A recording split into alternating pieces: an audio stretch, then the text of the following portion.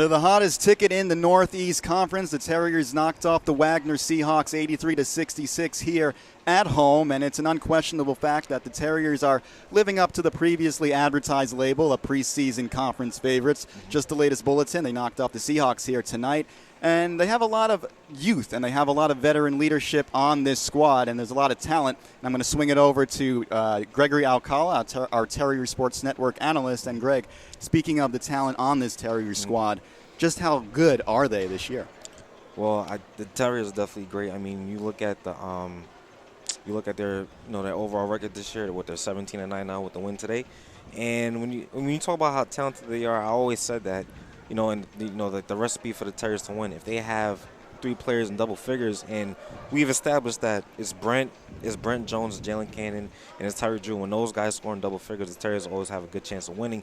Tonight, Brent had 10 points and 10 assists. Jalen had 26 and double-digit rebounds. Right. And Tyreek scored 9 points, but the third leading scorer for the Terriers was actually Andy Fall, and he had 13 points. Actually contributed greatly on the defensive end with 4 blocks. So, basic for the Terriers. I mean, when you look at the lineup, everybody who checked in for the game scored for the Terriers. And like I said, you always need those 3 guys, the highest scorers on the team, and Brent Jones and Jalen and Andy Tyreek to score. But when you talk about talent, there's other guys that can put up those kind of points when if somebody else falls. And today it was Andy, so he picked it up for him today, pretty much on the offensive end. For those that have watched the Terriers grow over the years, maybe you watch right here at the Pope Physical Education Center live, or maybe watch on NECFrontRow.com, you might get the sense that there might be a changing of the guard in the Northeast Conference. For years, we've seen LIU step up their game, but that doesn't seem to be the case this year. It looks like the Terriers are really taking the reign as being the ones to beat in the Northeast Conference. Yeah, and I mean, you look at the season they had last season. They were almost there. They had 18 wins, but there was pretty much they were in the tournament, NEC tournament, but we all know about the little mishap that happened with the 6 players on the court. They were unable to win, but look at the season they're having this year, and you think can these guys continue it? I mean, it all goes back to recruiting, and you look at the guys they have on the team right now. They're obviously going to lose a big chunk when Brent, Jalen, and Lowell and the other senior is Kevin. When all those guys leave, it's definitely going to take a lot from the team, but you look at who they have coming up next. It'll be Glenn. You still have Tyreek for another season. He's like the 3rd leading scorer on the team.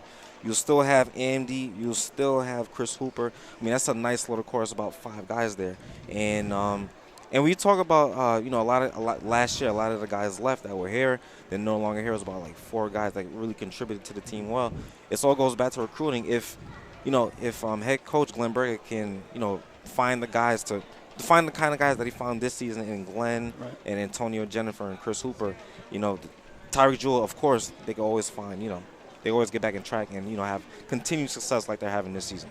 Well, the Terriers are going to go up against Sacred Heart on Saturday afternoon. What's the formula for success there if they're going to win that game? Well, basically it all goes back to defense. This game in particular, the Terriers had a big lead in the first half, and they lost that lead. They were leading throughout the entire first half, double digits lead. And it didn't until I think it was about maybe like halfway.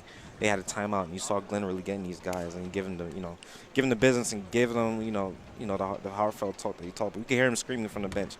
So it all goes back to defense. The Terriers got to keep up their defensive pressure, and I think that's pretty much the key to winning. We all know these guys will score. Like I said before, they scored 50 points in the second half, almost double the points that they scored in the first. So we know they can. We all know they can score, but it's all come down to defense, and that's what wins championships, and that's what the Terriers are trying to accomplish this season, pretty much. Garay Alcala, thank you for your insight. The Terriers are going to look to flex their muscles a little bit and further impress in the Northeast Conference as they prepare themselves to continue their homestand at home. They're going to be taking on Sacred Heart Pioneers right here on the 14th of February at 4 p.m.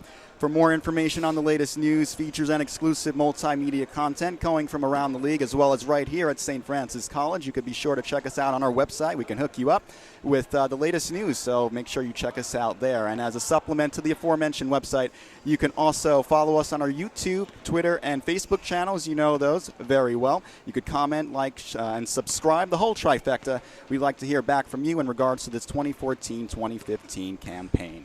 Reporting from the Pope Physical Education Center alongside Gregory Alcala on the heels of an 83-66 victory against the Wagner Seahawks. I'm Michael Garay. You're watching the Terriers Sports Network.